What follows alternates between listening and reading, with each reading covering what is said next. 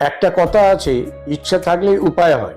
কিন্তু যদি কারোর উপায় আছে কিন্তু ইচ্ছা নেই, তাহলে কোনো ভালো কিছু সম্ভব নয় জীবনে।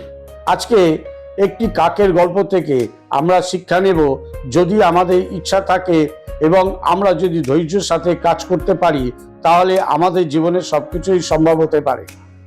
তাই গল্পটি শেষ পর্যন্ত দেখুন, আর গল্প ভালো লাগলে লাইক, সাবস্ক্রাইব, শেয়ার করতে ভুলবেন না। এখন গল্পটি দেখা যাক।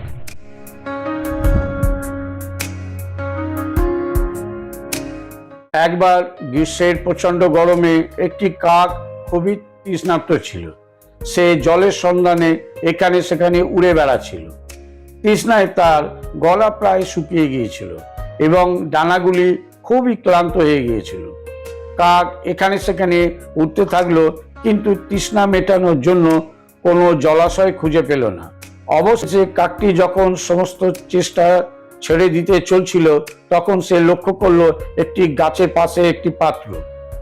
কৌতূহলী কাক ওই পাত্র দেখবার জন্য নিচের দিকে উড়ে গেল এবং দেখতে পেল ওই পাত্রের নিচের দিকে কিছুটা জল রয়েছে। কাকটি তখন জল পান করার জন্য পাত্রের ভিতর মুখ ঢোকালো, কিন্তু জল এতই নিচে ছিল যে তার ঠোঁট জল পর্যন্ত স্পর্শ করতে পারল না। চতুর কাক কিছুক্ষণ ভাবলো, তারপর চারপাশে তাকাতে লাগলো। পরে দেখলো এক জায়গায় কিছু নুড়ি পাথর ছড়িয়ে ছিটিয়ে পড়ে আছে। তখন চতুর কাক একটি বুদ্ধি খাটালো। ওই নুড়ি পাথরগুলি এক একটি নিয়ে এসে ওই পাত্রের ভেতর ফেলতে লাগলো। ওই পাথরগুলি এক একটি ফেলার ফলে জলের স্তর একটু একটু করে উপরে আসতে লাগলো। চতুর কাকটি খুবই ধৈর্য সহকারে এই কাজটি সমানে করে যাচ্ছিল।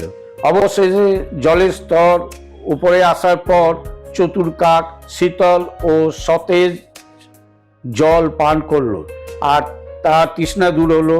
পরে কাকটি উড়ে গেল। নৈতিকতা: ইচ্ছা থাকলে উপায় হয়।